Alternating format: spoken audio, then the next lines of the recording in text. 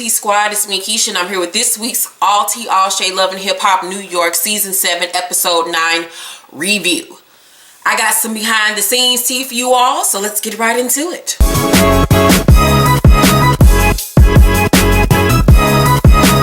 So I just learned that Young Jock has gotten his own reality show that he is currently filming right now in Atlanta. So shout out to Young Jock. Then I have some tea on Rasheeda and Kirk. Woo, child. Kirk Frost is adding to his storyline and not in a good way. Sources tell Ball Alert that the music mogul has allegedly fathered a child outside of his marriage and will be watching the drama unfold on an upcoming season of Love and Hip Hop Atlanta. Last year, Kirk was rumored to have impregnated a woman by the name of Jasmine. According to Jasmine's pimp, Jasmine has been seeing Kirk behind Rasheeda's back for over a year. Jasmine has since had their son, who is around 6 months old. The plot continues to thicken. However, according to Gossip Official, Jasmine is suing Kirk for ditching her after she had their baby. According to Jasmine, while she and Kirk were together, he encouraged her not to continue working as a stripper. In return, he gave her a monthly allowance and a car. When Jasmine broke things off last Halloween, things went sour. Kirk allegedly stopped supporting her and their child. Jasmine is now requesting that Kirk take a paternity test to prove the baby is his and pay $2,500 in child support. Rasheeda is aware of the love child now, but not before Jasmine had already began filming scenes for Love and Hip Hop Atlanta. According to sources, Jasmine has begun filming scenes around Atlanta prior to Rasheeda finding out about the baby and prior to Kirk finding out she was on the show.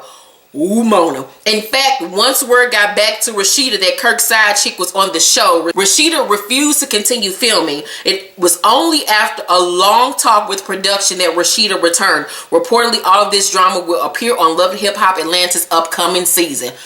Lord child, them motherfuckers gonna make sure they stay on this motherfucking reality show. I can't wait for this shit. So that is my behind the scenes tea for you all this week. Let's get right into tonight's episode. We start off this episode right where we left off last week with Yandy and Samantha acting like they about to go to WWE Royal Rumble, which I cannot wait for this weekend. You all know I'm a big WWE fan. Cannot wait for the Royal Rumble. But anywho, so Erica says that the troll, aka Yandy, don't want to listen. Sam says, you know, I don't even know if I can trust you since you lie all the time. Like, you just lie all the time. I don't even know if I can fucking trust you. And Yandy's like, trust me with what? What did I lie about? And so Sam asks her, are you and Mendices even married? And Yandy says, yes, we are very married. And Erica and Sam like, girl, why the fuck is this bitch steady lying? We know y'all ain't married for real. Like, what's the tea, bitch? Like, why you steady lying? And I'm like, why you steady lying? But Yandy says that Mendices wants her to throw a birthday party for little Mendices. Sam like, I'm not doing it. You're not planning my fucking son's birthday party. I don't give a fuck if that nigga did ask you. So she says no, he wanted me and you to come together and plan little Mendices' birthday party together. He'll pay for it. So as soon as that bitch heard he'll pay for it, she was game then. She was like, look, girl, I don't like you, but we can set our differences aside to plan this damn birthday party. But stay in your lane, bitch, or I'm gonna have to clock you upside your forehead again. Amina is in labor with her and Peter's second child together, and he says this is his 10th and final fucking baby. And I'm like, well, holla a fuck Louie. It took you 10 tries to finally figure out that you need to zip that motherfucking dick up. So Amina has apparently moved to LA with their daughter Corey, who is absolutely gorgeous. That is the most prettiest baby I've ever seen in my life. He thinks that the distance between them has helped their relationship, and he says they need to talk at some point, but now is not the time. She had a baby girl that they named Bronx. So Pap is waiting for Remy at a restaurant. Remy shows up with a big ass gift, and they just really cute together. I want them to have their own reality show. I'm gonna keep on stressing it. Mona, give them their own fucking reality show. He's shocked by this big ass gift, and she's like, you love me? He's like, of course I love you. She's like, you know, you really love me? You love me? Like, you love this pussy? You love this chocolate that I have a chocolate I'm giving you? He's like, girl, yeah, I love it. Can I open my gift now? So she lets him open the gift, and then a bunch of balloons sprout up, and it says, we're having a baby. And he flips over the table, glasses break, and he just scoops her up in his arms. And it was the cutest thing I've ever seen in my life. And I was just so happy for them. But then I was like, wait a minute. I've been seeing photos of her. She can't be pregnant. Did she lose the baby? And I'm just like, Lord, please don't let her have lost the baby. Kimbella meets with Yandy, and she feels like Juelz working on his new album is neglecting their relationship. And Yandy's like, bitch, the nigga is working in the house in the basement. How is he still neglecting you? How do you still feel neglected by this nigga? He don't even go to the studio no more. He does all his work at home. And you still feeling some damn type of way? And I'm like, Kimbella, I'm so tired of you getting your big snuffleupagus looking ass on this goddamn television screen every fucking week with them fake ass contacts and them fake ass tears, crying about this nigga and him not spending no time with you. This nigga ain't put an album out since like damn near 2004. Bitch, he's been spending all his motherfucking time with you. Let that man work so he can take care of you and your fucking kids. Bitch, go back to modeling. Go back to being on Black Men magazine, being on The Source, showing your ass. Get back to Instagram model. Shit, become a Fashion Nova model. Shit, they always looking for hoes to get them damn 10% discounts and shit. Bitch, do something with your time. Start knitting. Start getting better wigs. Get better eye contacts. Do something with your damn time. I'm sick of you. So she tells Yandy that, you know, she wants to be filled in on his business. And Yandy's like, I'm not telling you that man business. That's his business. If he wants you to know, he will let you know. And you are blurring the lines between our friendship and my business relationship with your man. And Kimbella's like, I'm his wife. No, you're not, ma'am. You're not. You're his girlfriend and his child's mother. I don't know what this newfangled shit is that you hoes out here doing, saying I'm his wife without no motherfucking paperwork, bitch. But if that nigga die tomorrow, you ain't got no claims to shit, bitch. You're not his fucking wife, so stop that shit. Y'all just girlfriend and boyfriend. DJ Self was on the radio with Noriega, and he said he made Cardi B career once again. I'm like, nigga, I need for you to stop spreading these lies all over this goddamn fucking radio, because you did not make Cardi. You didn't even fucking want to work with her last season. But okay, nigga. He goes outside, and Peter and Rich are outside waiting on him. When he gets off, they congratulate Peter on the baby. Peter says he loves Tara and want to be with her. And I'm like, here we go with this bullshit again. I thought we were done with this. I did not want to see this storyline no more. He says he's done some soul searching. Now that Amina is gone, he realized that Tara's the one he really wants to be with. And I'm like, okay, nigga, you only want to be with her because Amina ain't the fuck around. And how you sit up here talking about you want to be with Tara and you still fucking legally married to Amina? Divorce that bitch first. How about do that? How about do that, motherfucker? He said he gonna throw Tara a B-Day party. Tommy wrote Cardi a letter breaking up with her because he says their lifestyles are different. And I'm like, y'all just not figuring this shit out? Nigga, you in jail. She's on red carpets. Of course y'all lifestyles are different. So I'm like, this nigga can't even write. He write like a fucking second grader. And she crying and she all hurt. And her sister Hennessy come over and burn up the pictures. And I'm like, Cardi, do you realize how God is blessing you and how God is taking you out of the situation that you were in and putting you into a situation that's going to not only make your life greater, but the people around you? Like, you are destined for greatness. That girl has star power written all over her. And you still on this ghetto hood shit. Leave that broke motherfucker alone, that jailbird nigga alone. Girl, bye. Peter meets with Tara and Gunner, and he says he regrets doing Tara the way that he did. Tara says she's moving on, and she wrote a book, The Bohemian Goddess, or some bullshit about learning about your inner self. Girl, sell that shit to them dumb hoes on 125th Street, because ain't nobody buying that shit over here. He tells her it's over for him and Amina, and he wants her back. She says she just want him to, you know, have a relationship with the kid. She don't trust him. She's tired of being in bad relationships. But she get all upset and cry. I'm like, girl, if this nigga making you cry, you ain't over it, girl. You ain't over it, Bernie. You need more people. She says she's over all the pain that he's caused her, and she ain't ready to be on that roller coaster ride no more. Okay, girl. He tells her he loves her and always will, and he'll do anything to be back with her. And she ready to sip the Kool-Aid, but she just trying to play hard to get. Cardi's working on her album with her team. Swift comes by. She misses him. He misses her. They make up pretty much. Yandy and Juju are at the gym fake exercising. Yandy tells Juju about Sam and Erica trying to take her down. And all I could concentrate on while watching this scene was Juju's wig. You can see the glue on her forehead. I was like, girl, why you got that motherfucking Elmer's glue on your forehead like that? And I hated that fucking Donna Summers ass wig with the motherfucking S curls going down her face. I was just like, no, girl. So Yandy says she tried to snatch Sam's face off and Sam ran. I'm like, Yandy, See, this is what happened when hoes tell they side of the story and you don't know the other girl's side. Because, yeah, you tried to snatch her face off, but that girl did not run. Security jumped in. Stop it with the shenanigans, Yandy. Yandy tells Juju about Kim's demands as far as Juelz's career is concerned. And Juju says that Kimbella is wrong and she needs to fall the fuck back. Juju wants everybody to get cool and be on, you know, good terms because she wants them all to go on a girls trip to Mexico. Yandy is down for this, but she don't want to go, and Kimbella be asking her a whole bunch of questions about Juelz's career. Juju says she'll talk to Kimbella about it. It's Tara's 40th birthday party. I'm like, this hoe is turning 40 and still this fucking stupid. Ain't no way in hell, Jesus. The devil is a motherfucking lie. I'm like, how you gonna be a 40-year-old dummy? Peter flew her brother into town. He publicly apologizes to her for treating her bad, and she dabbing her eyes. I'm like, girl, you still dumb. Her brother is sitting there like, this nigga here. If this light-skinned ass nigga don't get off this Drake shit and get the fuck off this stage.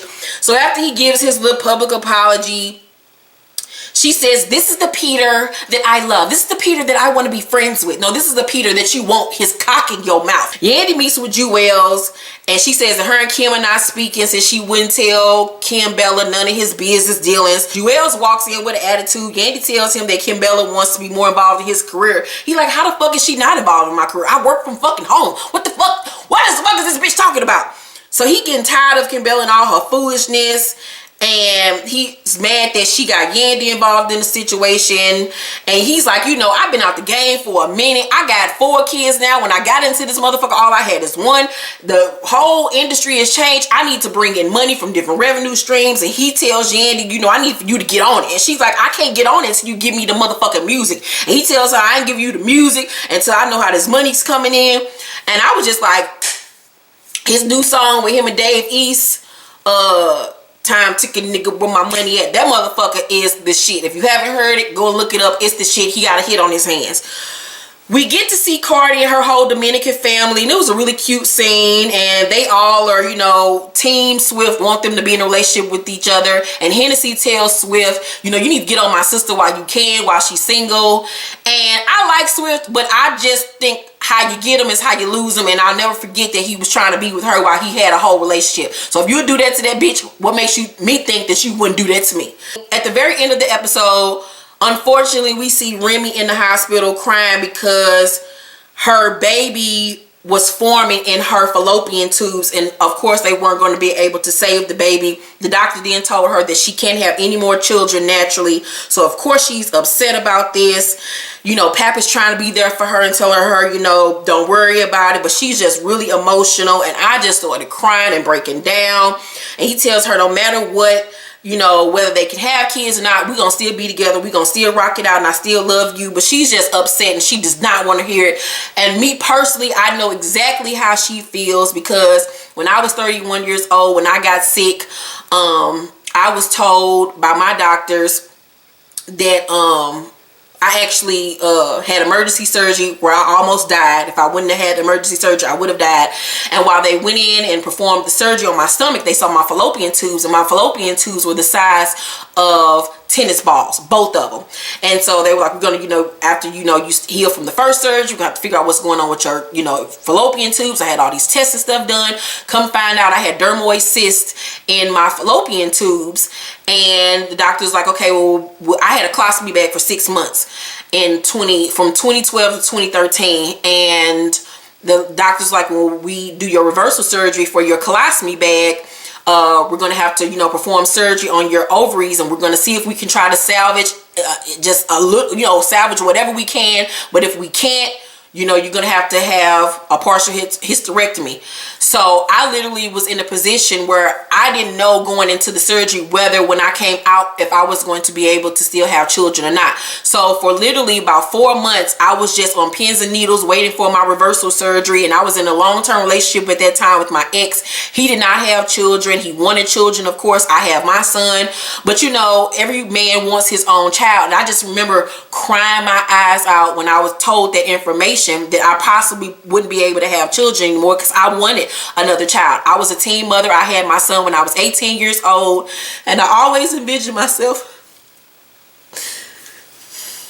being a mom again. I wanted to have a little girl so bad. And I was so young when I had Kyrese.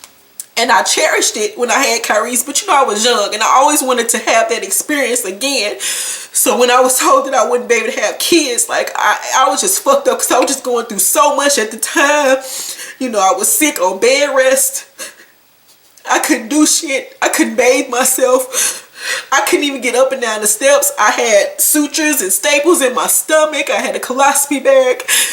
I couldn't have sex with my boyfriend at the time. Kyrese used to literally have to come home and fix me lunch and dinner and stuff for me, because I had to take, I don't know how many pills a day. It was going back and forth to the doctors, getting poked and prodded. I had 3 major surgeries in a year's time, and my whole life changed in 2013. I lost my relationship. I had to get tested for cancer. I found out I wouldn't be able to have children anymore.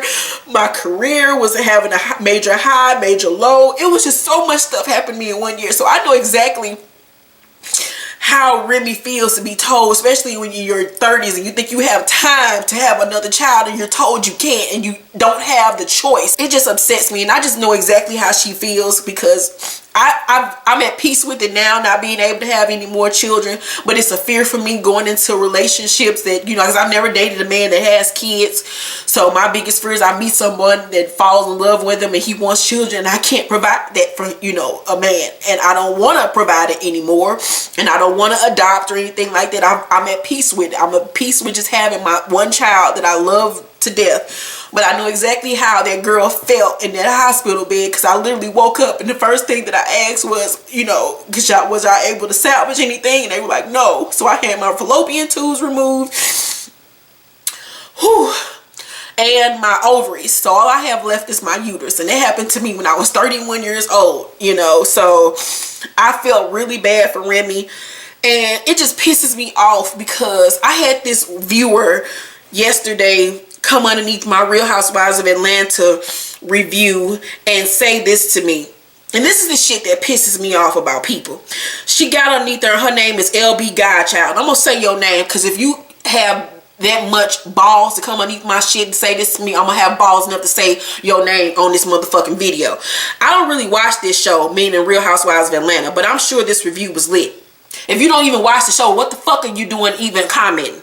I like your power review. Please be straight to the point. We don't need all that makeup and special effects. Love you for your reviews, hun. Even Snoop Dogg still wears a scarf and we tune in live. Love you for you. First of all, I don't really care about whether you love me for me or not. You don't know me. And I'm so tired of women getting underneath my shit, saying shit to me, and you don't fucking know me. I'll get on this motherfucker and look however the fuck I choose to look. If I want to wear makeup on this motherfucker, if I want to come over here looking the way I do right now, if I want to have a scarf on, hell, if I want to have on a motherfucking tiara on my head, bitch, I will do that, because I'm grown as a motherfucker. And I need for people to stop tripping off stupid shit when there's so much bigger shit going on in the world. And at the end of the day, you don't fucking know me. You don't know me from a fucking can of paint. And I'm tired of hoes thinking about other people and what the fuck they got. And I'm not about to censor myself for you and to appease you and make you comfortable with you, because you're unhappy with you in your life. Something about me doing my hair and makeup affected you